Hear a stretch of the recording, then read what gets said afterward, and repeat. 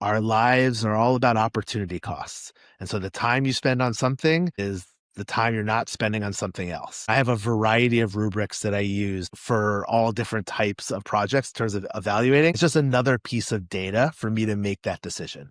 And the decision in the end is a mix between my gut and this kind of objective mind criteria. And then I make a decision whether to spend my precious energy on it. Laying down pretty good projects is maybe the hardest thing to do because you're like, it's sitting here, it's in my hand. This A project doesn't exist yet. How do I know it'll even arrive? And that's the kind of faith and trust that's sometimes needed to wait for it.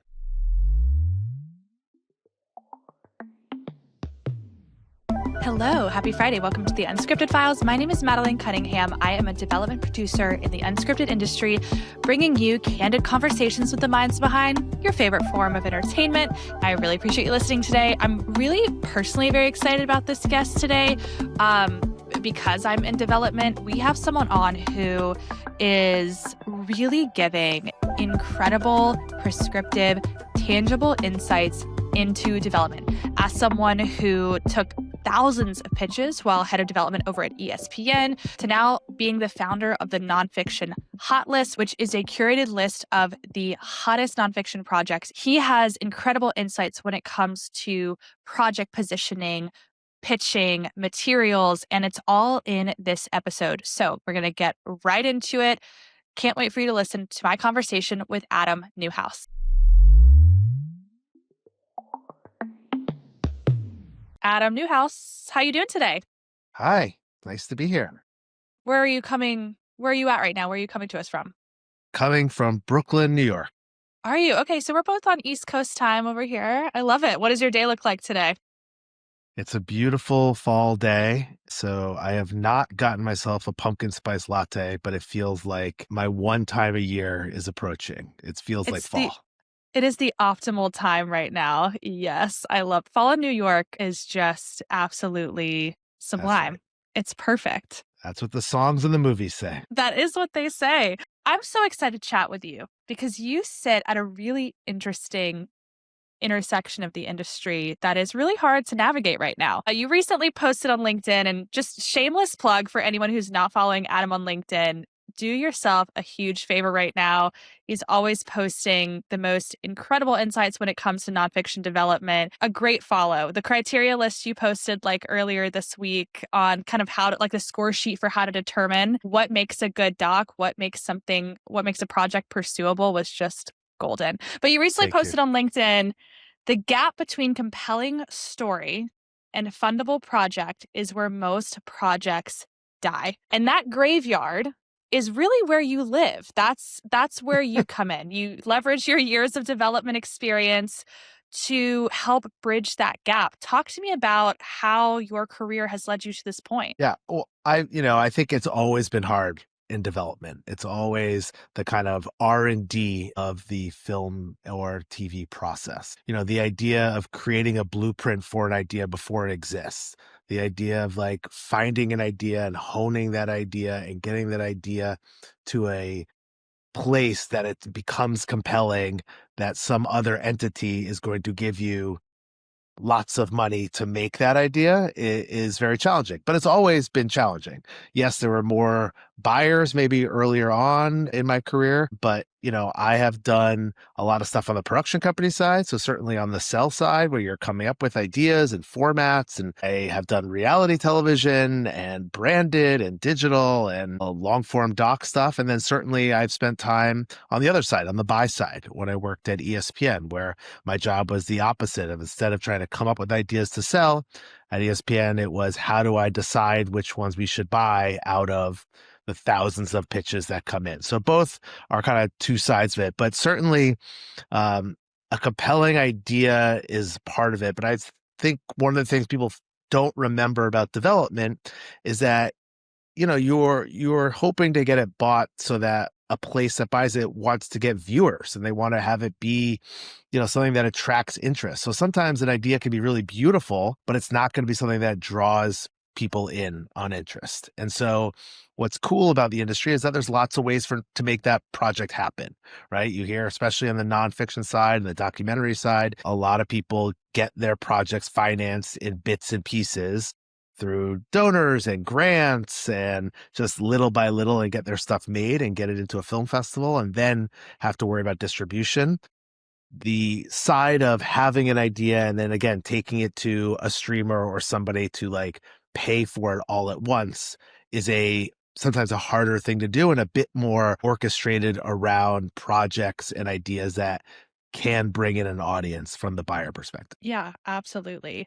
This is something I struggled with early in development and something I see a lot is it's a good idea, but for who? You something can exist and be a good idea, but it can't be a good idea outside of the context of the market right now and who's buying and what they want to buy and what audiences want and what's in the zeitgeist and what's water cooler. Like there has to be it may be a good idea in a different context, but what does it look like in the market context for 2025, 6, That's a 7? perfect way of saying it. And I think that's the part of development that people don't understand is part of development. It's understanding what the market is. It's understanding not just what the mandates are, because those can be not worth the I paper they're just got printed them. on. Yeah, they're can be useless and sometimes helpful and sometimes not. But it's like, are you watching the stuff that comes out from those places? Have you watched their previous stuff? Have you been around long enough to understand what projects have been pitched in the marketplace and not gone through? And so it is that understanding of the market which I think can separate somebody from, "Oh, I have an idea, let me help sculpt this idea," to, again, what you just said, like understanding where this can go and how it can fit and in the mode it needs to be created in order to be a fit for whatever, insert buyer here. And how often do we hear, I can't believe this isn't made yet. Why doesn't this exist? And it's kind of the most obvious idea. Like, I don't know, it's below deck for private jets or something. Like, and you're like, I promise you, it's been pitched a million times. There's a reason it doesn't exist. That was another mistake I made early on was just like thinking I was a total genius because how has this not been made yet? And you take it out and they're like, hey. Yeah. So I you're mean, right. It's yeah, having yeah. that sense of what's gone around, what's been around, and knowing, why that's not getting made and forgetting about it and moving on. Yeah, I think people who dabble in development, which by the way, the best thing is you can just have an idea and if you're an outsider or you just, maybe you come across something that hasn't been pitched and that is the magic of Hollywood. But I always try to imagine or tell people like there are several thousand production companies that every day are getting up and coming up with hundreds of ideas that they can pitch through over many, many, many years and eras of that. So, there are just a lot of people who are not like, hey, here's this one little idea, but people who are making full slates, putting a lot of time and energy into having conversations with the buyers and understanding what they need. And, if you work in development, you're essentially working in failure. I would say Mm. 98% of the things I've ever worked on have never gone anywhere. There were projects that I have carried for years that has, got close to being happening, have fallen apart, have come back together, and still don't end up going forward. And so you have to develop quite a tough skin because sometimes if you're in production, like it gets handed to you and it's like, all right, this is already commissioned. Now we're going to make it. Now, is it going to turn out great? Who knows? We got to make it, but at least it will get made. But a lot of development people that I know, people who've been in it a long time, you work on things for years and nothing ever happens with it. And you have to tell your family and friends, like, no, I'm good at this. Like, oh, but where's the thing? Like, no, I'm good at it. And it's very hard to sell something. It always has. Adam, that is so real. I can't even tell you. Like the family and friends comment with Thanksgiving coming up. I'm like, I'm not ready. There's so much left on the cutting room floor where you had an incredible project, amazing materials, talent, and you kind of just have nothing to show for it. It's It goes to die. So then tell me, you've seen thousands of pitches, you've shepherded hundreds of projects. What makes a project fundable in the year of our Lord 2025? I think in this year, in this era right now, I would say access being number one. So I would say if you have access to a world that nobody else has access to or an entity, that is like that is clearly the fastest path towards something. I think right now there's a real fetish for access to something. That's number one. But, I go back to some of my reality TV roots as well. I still believe like characters are a huge thing to bring to the table, but really understanding, are they a good character on paper as a description, or are they a compelling person to watch on television? Are they Real Housewives good, or Below Deck good, or Bravo level good as a character? Or is it like, I think frequently, sometimes in the athlete world, it might seem like an amazing backstory of somebody, but maybe they're just not that compelling to watch. So I think characters is certainly a big part of it. And then stakes, certainly anything with very, very strong stakes is going to be something that's very compelling for people. I think that's why true crime is always going to be a category where people stuff, because it's the most serious stakes that exists. So those are some of the main things. But yeah, it's a real challenge. I think there's a lot of, the pendulum has swung right now towards name brand type development or name brand type thing, because it's just easier for the buyers to market something that already has a deep following or brand equity out there. Now, I'm a believer in story, and like, is the story really great? But I think as the pendulum swings, like right now, it's very much on the kind of like brand awareness side of something that could be in a press release. We talk a lot about development press releases, where again, you're announcing a thing about a person or about an entity, and you get a lot of pickup because those names matter, versus like, hey, this just happens to be an incredible story. And so I'm always hoping that the pendulum will kind of swing back to story. And I think it will. It always kind of goes back and forth between story and access and brand names. But the other part you left out about taking projects out to market, sometimes things out of your control, like that person gets laid off, or a new person comes in, or a reorg happens at the organization. Now you have a Yeah. new person who's not tied to your project and hasn't been shepherding it along for a year. So there's so many things.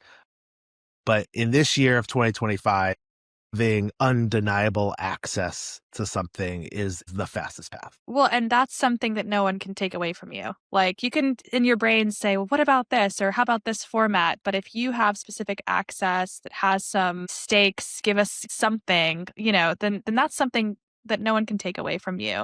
Yeah, and in a very positive way. You could be first year out of college, and if you secure something through a family connection or through some other realm of friends and you have access to it, well, then you're a producer on that project. Like, you can skip all the things. Like, it is really democratic in that way, that you can just go get the access that nobody could take away and then figure out the storytelling. Exactly. Do you think, you were talking about the press releases and sort of the existing IP, and I find that in this really kind of risk averse market, there's less marketing dollars, shows are not getting blasted on billboards anymore, whether it's Monopoly or Clue or Sherlock Holmes, there's an existing IP element or some sort of awareness element that also has to exist, even if it's okay, well, Utah's looking really good right now. Like, even if it's that sort of like, this is in the zeitgeist, there needs to be some sort of familiar connection that already exists for something to get traction. It's just, I mean, look at your own consumer diet. Like, we're all just inundated with stuff. And so it's a code to have it happen faster. At least that's what marketing departments think at these places. I would certainly love to track every announcement that's on deadline over the last 10 years and see which things actually got made versus announced. Somebody should do Right?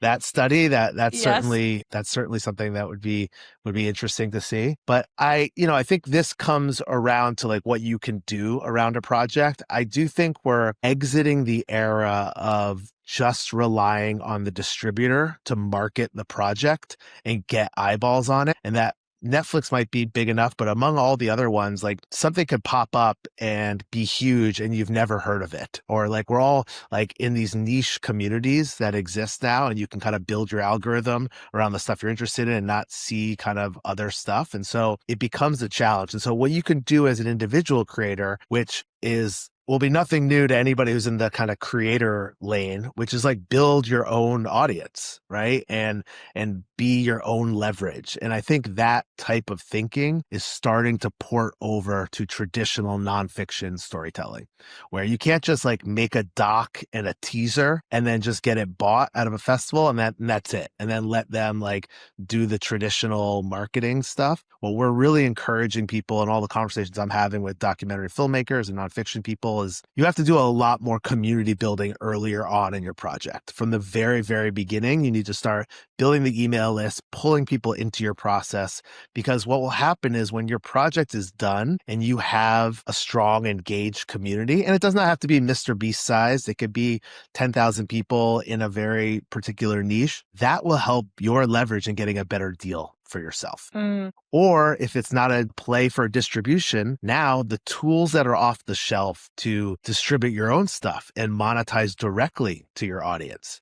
So now instead of just having a project that might have just been finished and orphaned because there's no place to put it, you maybe could sell it back to your 10,000 person list at a couple of bucks or whatever it is and make some of that money. So I do think while it's harder than ever to sell to the traditional big streamers because they've all got a little more risk averse, ordering less, there's less buyers. There on the other side, there's actually never been more opportunity to sell directly to the rest of the world via Instagram, via YouTube, via your own newsletters and monetize your own stuff. So I think that part is wildly exciting for content creators.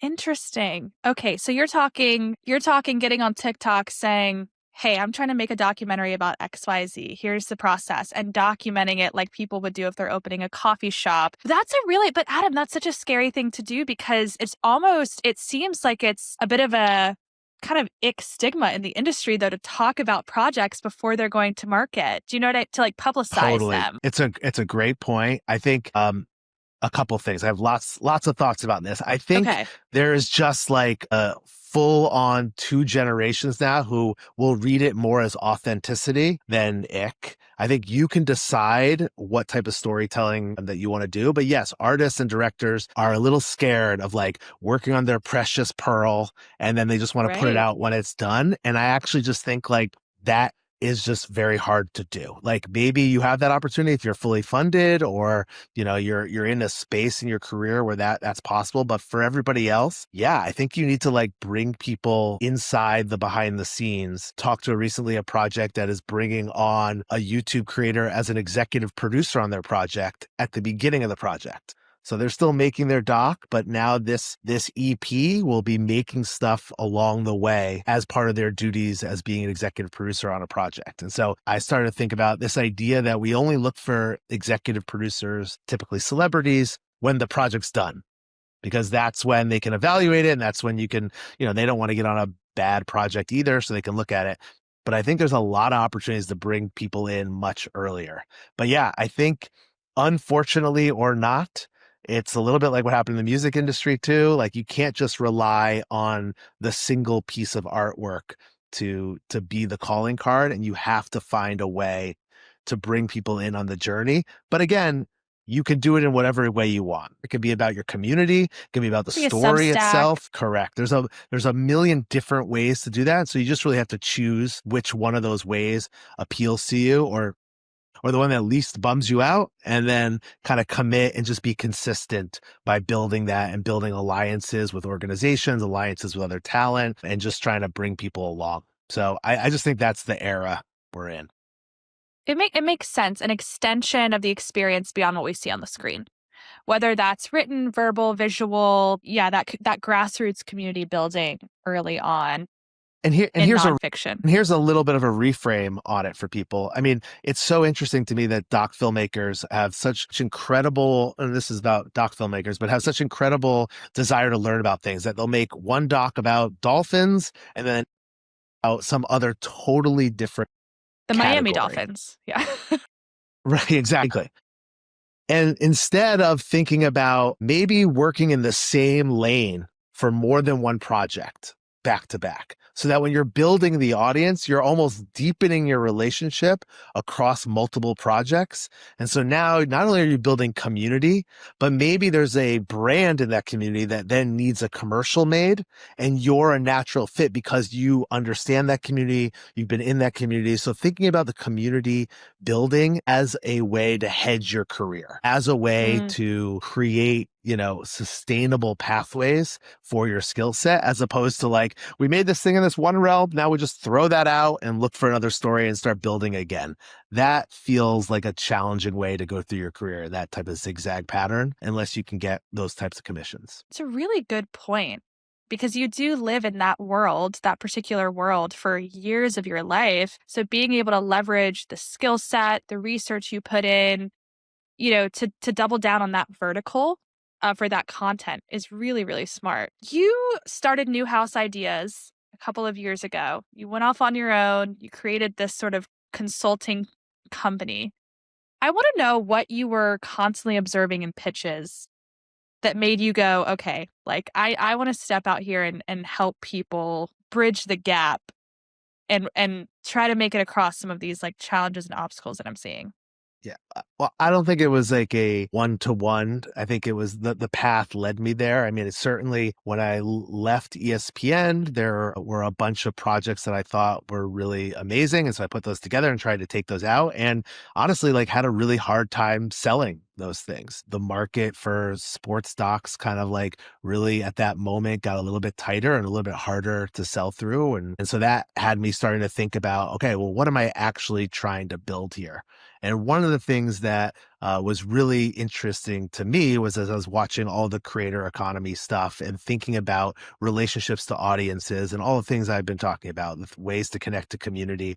And so one of the projects that I did sell through was a puzzle podcast. And like, so, making a podcast is one thing, but what it really was I saw a whole category in puzzles. And I saw really the opportunity to build a brand where I owned part of the relationship with the community, that I could build with them, that I could start with a podcast and then make a doc and then make a series and then make a product and then do a live event. And so that was very exciting to me to see the possibility of growing a relationship and finding ways to have storytelling exist across mediums. So that was certainly a part of it. And then because of my experience of taking out a bunch of projects that I thought were really great and not getting them sold, I decided to write about that on LinkedIn, and that's where the Nonfiction Hot List was created.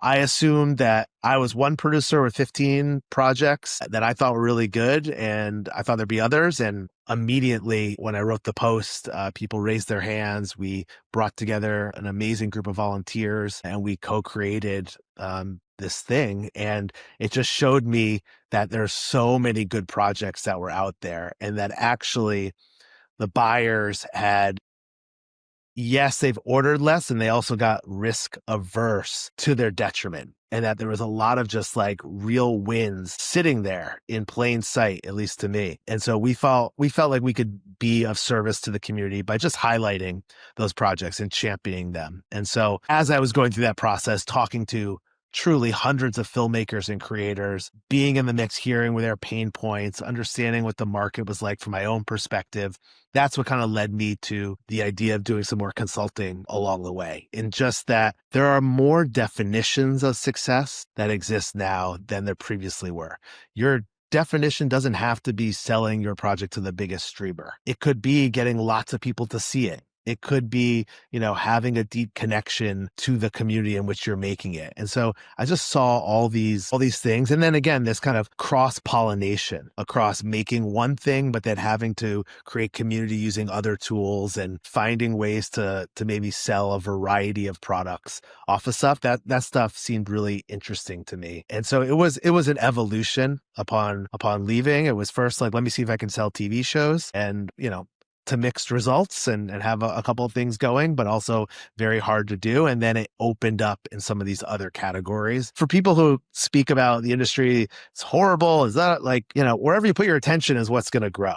And so if you are only speaking in the negative, I talked to people who were at Sundance last year and they said you went to the filmmaking panels and it was like gloom and whatever. And then you went to the creator panels and they're like, it's the best time ever. Like, it's just fascinating to think like those worlds are so close together. Like those are just other sides of a coin. And so there has to be some new ways to think about getting wins on both sides of those. Absolutely. You got to go where the party is.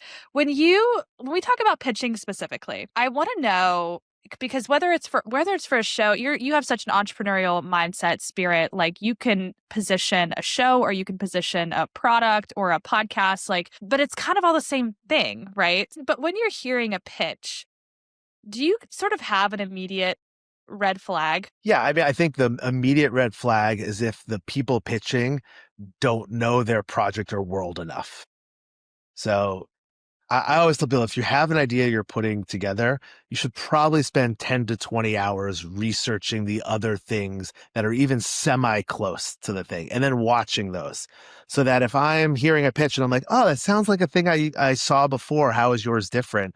You need to be like, oh, I saw that. Here's why ours is different. Like, here's why the timing is right for this. Like, just understanding all of that. I think it's just like a deep understanding of your own pitch is something that I think can be lacking. I think sometimes the phrase like, let's throw it against the wall and see what sticks, which I just like, what is that phrase? What are we throwing against the wall? Like, is it slot? Spaghetti, like, Yeah, it's like, it's gross. Like, no. So I think understanding like underbaked development, where it's like, hey, have you thought about an idea like this? And it's like, well, maybe, but that's not a pitch. Like, what have you done to really distinguish what you have? And so if it's not based on access, if it's just truly a historical doc idea that you have, like what else have you brought to that besides the kind of framing of the idea? And so that type of prep of people who've really kind of gone through it and have those things, that's the kind of first red flag that I'm always searching for.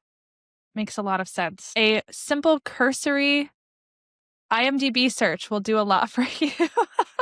And But it's it's hard. why It's hard because there's so much content being made there now. And is. now there's so much digital content being made. But again, it's like start on YouTube, start on the internet, start on IMDb, and like you'll at least get to, 90% of stuff that's similar. Right, do a little digging. On the other side of that coin, is there what kind of immediately grabs your attention and makes you lean in? I think for me it's a combination of an idea that's very easily explainable. And what I mean by easily explainable, I almost mean it touches a primal part of being human. So something that like feels very fresh and unexpected and very human. That's the first thing. So if that, and I truly believe it's hard to make something simple or it's hard to get to the essence of something. So when somebody can really pierce through and say, here's a pitch on this. So that's the first part. And the second part is who's pitching. I'm just a big fan of other creative talent and of directors. So a lot of times when I do get a pitch from somebody, I'll go back and watch their work. I will see whether I believe that they can match the pitch to what they're doing. And so when you have that magical scenario where somebody has found something real and primal and human, and they have a particular voice and style that they want to bring to it, that becomes just like the 1+1 = 3 scenario. So those are the things that I mostly looked on. And I think for people who are earlier in their career, if you have less of a track record, that's okay, especially in nonfiction. It just means then like I want to see how much work and research you've put in. So you can be a nobody and barely have any credits, but I want to see that you have uncovered every rock and whatever. And if it's somebody who's my favorite documentary director who's made a bunch of stuff, they might just be able to say a log line to me. And like, I Right. know that they have delivered that stuff. So wherever you are on the continuum, that's what you should be thinking about. Well, and partnering is huge. And that's I mean, as an independent producer, that's what we do is like finding the right partners and the right visionaries for a project. Yeah, that passion and kind of singular vision is always so attractive to a project and to a story. What is your litmus test for a good idea versus a great idea? And is it even that simple? Yeah, it's not simple. First of all, No. there's so much of it, and for me, it's a two-part question. Like, it is never so. It's a combination of my gut and my mind, and so my gut is something that again, like, how does it land with me as a human being? How does it feel like something fresh and unexpected? Does it build on my 20 plus years taking pitches and understanding the marketplace and seeing stuff work? So there's this kind of gut thing that I'm always there. But recently, and I guess not recently, in every stop of my development, I've worked to create a rubric or a criteria of which I posted on LinkedIn. And so for every job or for what I'm looking for, there's a different rubric. And so lately, what I've done is create a kind of list of 20 questions for myself around like Neuhaus ideas projects. And so some of them are about the story themselves. Some of them are about the role in which I can bring my best gifts to that. Some of it is about the financial upside. Some of it is about whether it's just a world that I like. So, I created my own. And so what I'll do is take a project and I will answer those 20 questions with like a 1 through 5 or like a 4.2. And at the end of those 20, see what the score is. And so I have my gut reaction to it and then I run it through. And then the question becomes like, if it scores an 85, what do you do? That means it's like pretty good. Like, so then I look at like where it's falling short and is like, is that something that I can affect? Or is it actually a B project? And the hardest thing in my career, and I think for a lot of development people, and that I'm only still learning and I'm still not great at, is can I lay down the B project in order to keep the space in my life open and the energetic field open for an A to arrive?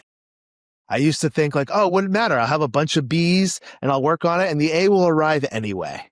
And now I don't quite believe that. I believe you need to create the space in order to like attract that idea to me, to whatever you're trying to do. And so those B or B plus projects are the ones you talk yourself into. And I have spent a career talking myself into those projects. Well, like, oh, it's a BP plus, but maybe I could sell it to this one place, or maybe if we made it perfectly, it'll be an A, or all of those things. And I think a lot of times it's just a B project, and our lives are all about opportunity costs. And so the time you spend on something is the time you're not spending on something else. And so I had posted about one of the rubrics that I used for sports documentaries. By the way, I make them up all the time. So it's a living and breathing document. But that one was around stakes and world setting and characters and the director. And so it was done with a very documentary lens. But again, I have a variety of rubrics that I use um, for all different types of projects in terms of evaluating. And it's only just because it scores a 91 or an 85, it's just another piece of data for me to make that decision. And the decision in the end is a mix between my gut and this kind of objective mind criteria. And then I make a decision whether to spend my precious energy on it. And frequently I have failed that test for myself and have taken on things that scored too low, but I talked myself into, or you can get really excited about something and the possibility of it and so again, laying down pretty good projects is maybe the hardest thing to do because you're like, it's sitting here, it's in my hand. This A project doesn't exist yet. How do I know it'll even arrive? And that's the kind of faith and trust that's sometimes needed to wait for it. I had to like just take a moment because there's so much I want to say. In development, it's a volume game, right? And so you want to keep certainly your A's, but like your B's, just like keep it going through the ringer. You're right. It reminds me of The Creative Act by Rick Rubin when he's talking about if have you read it? Sort of not trying to be this like generator of constant ideas, but instead try to generate openness and free up energy. And that completely shifted the way I think about my creative process. But you just totally like, I feel so convicted right now. If it's not adding up, if there's no amount of like additional character stakes, anything you can eke out to really push it across the line, especially in this market, you gotta let it go. And it is hard because in nonfiction specifically, just the level of personal investment into the project is difficult. But that is a really insightful piece of advice because preserving your energy I think is so important. Yes. The other thing is that having lots of ideas can be a good pathway to finding a good idea. So it's not that it's one or the other. It's just like how and when do you use them to create that? So again, I agree with you, like creating that space. I think that's the better way to have work that is truly breakthrough is to have that. And I believe in brainstorming sessions, the more ideas you come up with is the best path to finding a really great idea. But it's hard. At companies, they want you to have lots of ideas to again Yes. throw against the wall or whatever it is. And so it could be challenging dichotomy for sure. Absolutely. Yeah. Balancing on that tightrope.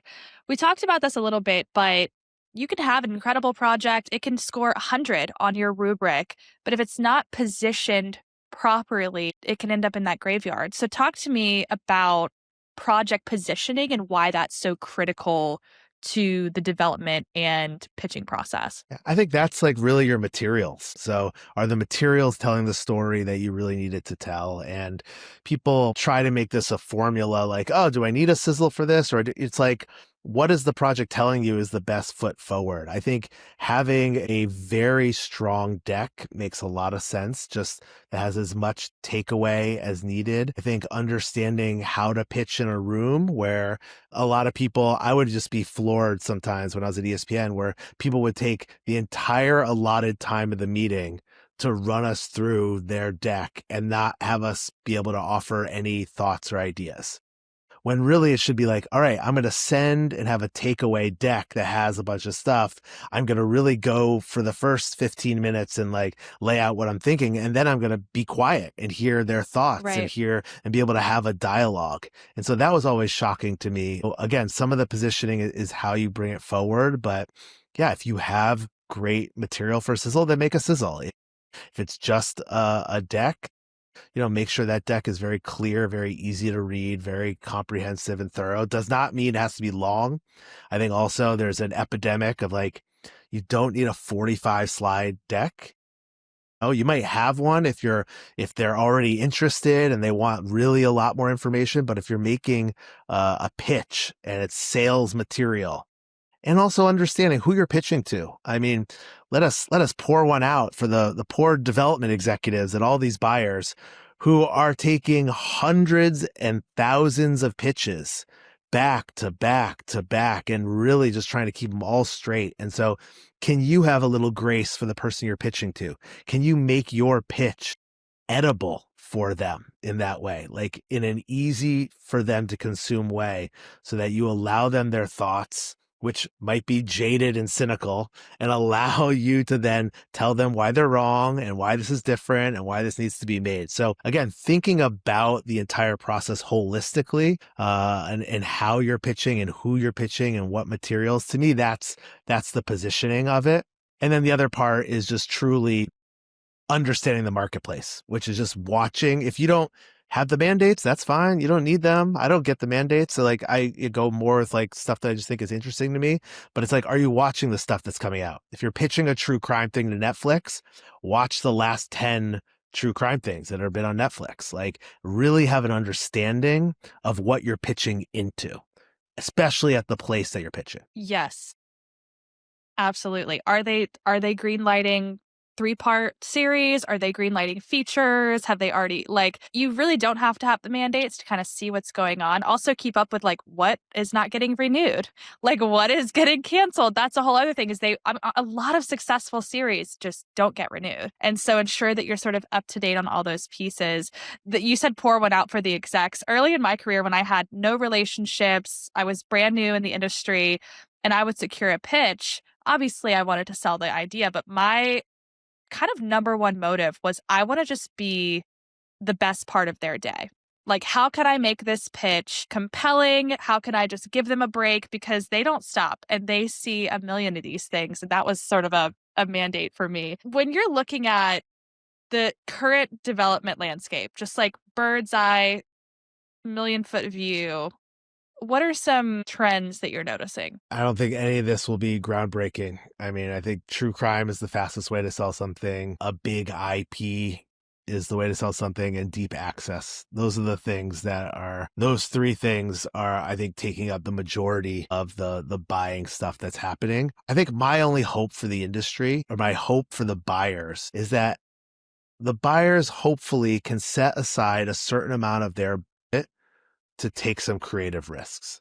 They can go down the middle with all the data that they want on traditional stuff, but if they had figured it out already, then they really wouldn't need, more. There's still a lot of stuff that doesn't work, and it's like, well, it didn't work, but what did your algorithm say? But I would just wish that 15% of their budget, or 1 out of every 10 projects, they would truly just like make it a human gut scenario, because that's how you create new categories and new shows and stuff that is just, the algorithm's only going to be able to take in things that it's already seen. It's not necessarily going to be able to tell you about something that's never been made before. I'm not saying, I think, it's a smart strategy if you know what your audience is going to want on your platform, and to order more of that. I'm not saying that's never going away, that genie's out of the bottle, but I do wish there would be a little bit more trust to like take a gamble on some stuff. And maybe if you talk to development execs, they would say, we're already doing that. We already have stuff, but it certainly doesn't feel that way Yeah. to the people who are pitching. I agree. I'm hoping that we see more risks, because there are those breakthrough. I mean, in nonfiction and in fiction, like in scripted, unscripted, there's so many things that break through that are unexpected, that like just caught on because they're those real human stories. They have the stakes, but they didn't have the star, but they just worked. I hope to see more of that. So, okay, let's dive into the nonfiction hot list. Like I said, we talked about it earlier. I remember seeing this ripple across my LinkedIn earlier this year, and it was giving like the blacklist for the nonfiction industry, right? Is that really what you were going for? And talk to me about how this was inspired and how this came together. Well, it was inspired by, again, the fact that I had taken out 15 projects in 2024 and hadn't sold any of them. Stuff that I thought was really amazing. And Pain. so, yeah, total. I mean, listen, you're in development, you get used to that. But so I just felt like, oh, there must be a lot of people. And so I wrote a post on it, and I used the blacklist as a euphemism. I'm a huge fan of Franklin Leonard. I've been following it since its inception. Like, it was truly, and still is, groundbreaking in what they've created. And just also, it's been around 20 years. Like, it's truly. And so that's kind of why I referenced it as a shorthand for people to understand that. And I felt and still feel a little bit like the documentary world is a little bit insular. And so the idea of making it nonfiction, opening it up to series and podcast and docs, like felt like something. And I wondered if other people had slates like mine that were really good. And so a lot of people raised their hand off the original LinkedIn posts, and I just started having conversations. The people who reached out, I had conversations, and people said, I'd love to help on this. I don't even know what you're building, but I'd love to do it. And so I just started gathering people. And I think the thing I want to remind people is you don't need permission to start doing things. And from the very beginning, we just thought, how can we make this thing happen, but then also have the way that we're doing it embody the change that we want to see in the industry? So this idea that we've all come to believe that everything is supposed to take forever, like, when did we all start believing that? And so from Forever. the day we announced it, from the day I wrote the post on LinkedIn, 101 days later, we put out the list. Like, we really did. The other thing was like, when did it become okay to just like have bad manners in our industry? Like, getting back to people, or like being reasonable with people. Like, it just feels so strange to me that people can't have honest, hard conversations about stuff. And so we got back to people. We like sent emails. We like followed up. We like said we were going to do a thing and then did a thing. And so we put this call out for a submission. And to be honest, I didn't know what was going to come in. And I thought might be a bit more early career type people who are sending it in. And we got 640 projects in like 6 weeks. And it was like Emmy Wow. winners and Oscar winners and like all types of like fascinating people. I was like, wow, there's a lot of built up built up issues here, and a lot of projects that were just sitting there that, again, the market had said no, but felt like were really great stuff. So then we ran a film festival style curation program. We did, multiple views and made sure people, like, every project was seen by multiple people and graded, and then not just graded in a numbers way, but then conversation every week. And so we really went through this process and we curated 23. And instead of just kind of patting ourselves on the back, we said, like, we're going to champion these projects. We're going to put out a live link that has all of the things that these projects need, because maybe the people who receive these will have maybe you need 250,000 to finish your project, but really you have, like, maybe there's a post house that can offer one in-kind service for it. And so now you need 150K instead of 2K, and that creates more leverage for you. So the idea is, how do we put the artists at the center of this? How do we publish this list, of which I've never really seen a document of 23 projects that had all of their sales materials all together? That took incredible trust by the filmmaking teams to include that Yes. stuff so that people could see what they had that got us interested in it. And then also, instead of just looking for the buyers to write the one check and solve your issues, looking to your community, figuring out how you might get these things done, that proved to be incredibly powerful for us. So what's been great is the projects were on the list, and now we've been pushing them along and helping them. And now we're having outcomes that are starting to happen. And that's been so gratifying. Projects getting into very, very big festivals, podcasts being picked up by traditional spots. And so it wasn't like we put out the list and we're just hoping that HBO would come and buy all of them. Again, we thought there's just, like, lots of different ways for success to happen, but we are feeling very confident about the curation that we did, and that these projects are finding real homes. And because of the community that we've built, the Instagram has become a real place where people can, like, share information and get answers to what they're doing. And recently, we've been pushing the 23 projects, but one of the recent initiatives that we've been doing, and we haven't really talked about this externally, what we decided to do was all the projects that applied to the Nonfiction Hot List and did not get it, we decided to offer them a feedback session, Wow. that we are calling Fresh Eyes. And so we sent this out to people, and 120 projects signed up for this initiative.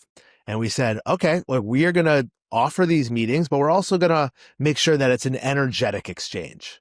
So again, in the nature of the way that we go about doing something is part of what makes the ethos of the Nonfiction Hot List. So first of all, when was the last time you applied to something, didn't get it, and then were offered an opportunity? Like, that felt pretty Never. rare and uncommon.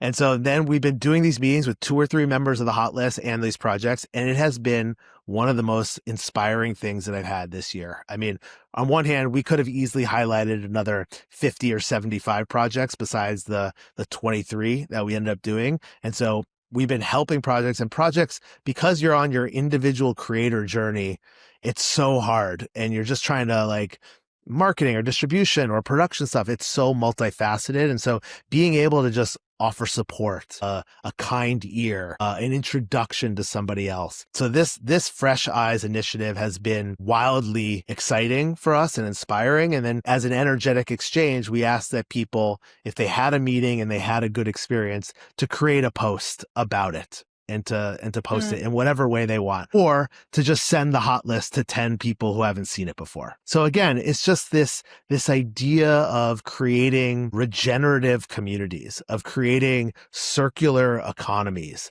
of helping each other as the artists help each other get their stuff made, and not just fork over all of our rights to whatever place is paying the most money. So it has been a wonderful thing. We have built a lot of community, and we are certainly planning on doing a version 2 at some point next year. Wow. What a refreshingly generous take on the industry, truly. Offering feedback sessions in exchange for a post. So much of that is kind of what you never get. And it's a really beautiful thing. It's such a cool thing that you've built. When you were sort of building the jury the members of the Hot List, what perspectives and experiences were important for you to be able to judge these projects? Yeah, I mean, I think my whole career has been across lots of different mediums, and I've been involved in so many different storytelling communities, from film festival stuff to Brown Girls Doc Mafia. Like, I think the idea was always, I think sometimes naturally diversity will emerge. It didn't have to be like, it was always a thing we were keeping in mind, making sure that people from all different types, diversity of jobs. So filmmakers, executives, producers, that type of thing. And then different human life experiences, like having people from different walks of life be a part of it. But that's really just my community. That's like part of the doc community. So it was also people who raised their hand, who said, I have time. I want to commit to this. And again, a natural diversity and inclusivity emerged from it. So I wasn't too strict about it. You didn't have to be like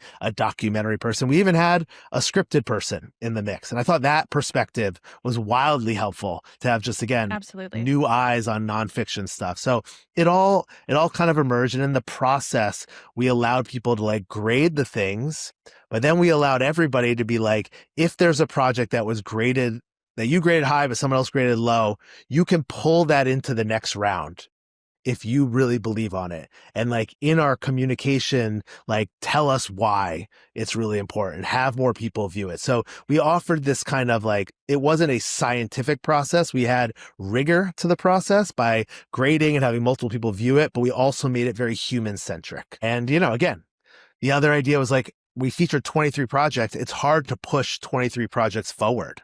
That's also a challenge. And so sometimes we're like, we should do 15. And sometimes it's like, we should do 50. Like, why not? Like, what's the hurt? And so we had to kind of figure it all in real time. And the most amazing thing is we had this really great group of 25, 30 people who truly donated hundreds of hours of their life to like help make this happen and to do it in a way that felt like a breath of fresh air. That's so incredible. I can't wait to see what the 2026 Hot List looks like. I mean, you're such a big thinker.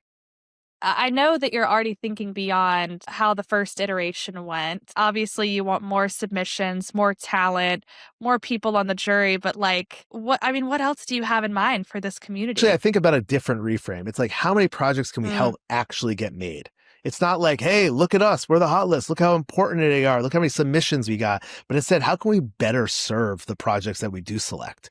How can we better serve people throughout the process of it? And so we are going to do a version 2. And like you said, I am trying to figure out, we held this one together with passion and duct tape. And by doing it a second time, we're not going to be able to do that. We're going to have to create some more systems. And with systems comes some bureaucracy and some stuff. And it's just the nature of the beast. So how do we grow in a very just in a very considerate way? And we've had people reach out, and we might have some other projects that will emerge before we do version 2. Big hint here.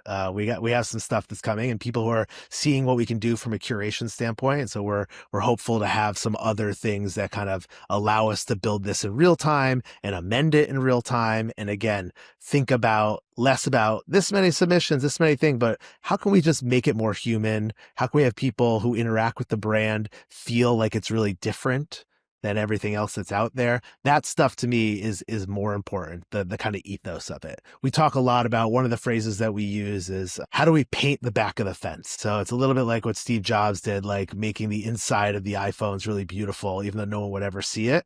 And it's the same thing. Like, how do we do things that are not frontward facing, but that imbue the project with really good energy and like let that kind of come through? And so always looking for those small little things, especially the things that cost $0, manners, transparency, getting back to people, all of those things that just kind of make people feel heard, makes them feel like they're a part of something, and like let that be the energy and the wave that we ride to whatever it turns into. that's wonderful. Really, really admirable. I'm so excited. What's the best way for people to keep up with the Hot List? Is it Instagram? Is Yeah. it I LinkedIn? think Instagram, LinkedIn, and then nonfictionhotlist.com. So people should look at the Amazing. list, and that's on the website. The Instagram is like an amazing resource. So it's meant to be used. It's not just meant for us to be posting. Like if you have a thing you need, like get involved. I've been so impressed by what we built there. And then LinkedIn is where it started. So we're going to continue to try to build that out and have that be a place where great updates come. Amazing. I'll make sure to link it in the show notes as well. Okay, we're going to wrap it up with just a few questions. I know these are, I'm going to say rapid fire, but I don't know if there's any way to do rapid fire here. But I want to know your take on the following things: sizzle reels. Yes. I say if you can make it, if there's a reason to make it and you have something that needs to be seen, make it. Yeah. I'm a yes. How long is too long? I think like you should aim for 3 to 7 minutes. Networking. Is there a right way? Yeah, the right way is not thinking about it linearly. Like I go to this thing and then I get a job. Think about like reframe the term into like community building or like just connecting with your colleagues. Like that's like being a supportive. So don't think about what you can get out of it as your primary thing. Let what emerges from it be the way. I love that. Taking out a project more than once. I think sure. If something especially has changed or enough time, I would just like be really clear with yourself why you really think this can work and don't try to hide it. I think like owning up to it and just like and making sure the materials are up to date and just making sure it's like fresh or that there's something new. And yeah, I think just not hiding it is the key. 100% agree. How often should you, we talked about the communication thing here. How often should you follow up with someone who has your project, with a buyer? I think you should give a buyer 3 weeks and then follow up. And then I think like every 2.5, 3 weeks until you hear back is like fair. And I think when I follow up with people, I try not to make them feel bad about it. So in the tone of the email, I try to make it positive, like pleasantly persistent is the way. And again, I'm all for manners, so I think it's important to have manners on both sides of the table about how you follow up with people. I change the subject line to be like follow up and just like be very considerate. And I almost try to forget the emails maybe that they ignored and just try to like imagine that it's a fresh follow up. Sure. Love that. Canva decks. Yeah, I'm using it for sure. Same. Yeah. I really like it. Like so much more user friendly than Keynote. I think my fear is that they're all seeing the same thing though, like the same formatting and the same design. And so that's where I'm like getting a little like, oh I no. don't think format and design matters that much. I mean, it's like, what are you putting in there? That's really what Yeah. it is. Yeah. Yeah. And then I think we all know how you feel about this, but I'm going to ask you how you feel about it and how you deal with it. Ghosting, just not hearing back, Yeah. not getting any feedback at all. No, I believe that it's okay to have hard conversations. It's okay for a network exec to be like, it's just not a fit. I think people just want to close the loop on stuff. I took a lot of pride on it when I was at ESPN, but always getting back to people and giving them as much information as I could to tell them and not have it be something very generic. But yeah, I'm a anti-ghosting across the board. You know, put on your big pants and like look somebody in the eye and just say it's not a fit for right now and close the loop. And I think that's just like good manners. Yes, thank you. Even ghosting, never okay. Not even during the month of There October. you go. Okay, last thing I'll ask you, what are you watching right now that you've really been impressed with in the nonfiction sort of doc world lately? What have you really been loving? Great question. I've been a bit more on a scripted push lately. Ooh, well, I'll So listen to that too. I I want to mean, know. I love Slow Horses. I love that show on Apple TV. I'm a big fan of that show. And I'm excited to just like start seeing the festival docs for this fall that I have not seen yet. So it's not a clear answer of one great thing, but I'm always excited about the fall because all the new stuff comes out. So ready to be a consumer. Right before award season. It's our time, baby. I love it. Well, Adam, this was such a incredibly insightful, really refreshing conversation. I appreciate it so much. Thanks for all the work you're doing in the industry. Thank you for the transparency and generosity that you're bringing, and just really excited to continue to follow you and obviously stay up to date on the hot list and all of the success and projects that'll come out of it. So thanks so much for joining me. Enjoyed the conversation and thanks for amplifying. Appreciate it. Thanks.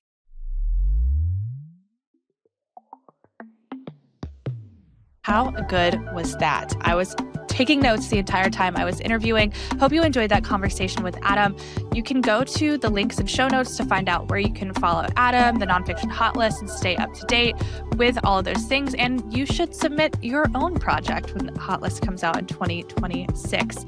One thing that I loved about this conversation was what Adam was talking about with the many definitions of success. And there are so many, and you can create your own. I hope you guys have a wonderful Friday, and we will see you next week on Halloween. Don't forget to like, subscribe, follow, rate, review, all the things, and we'll see you next time on the Unscripted Files.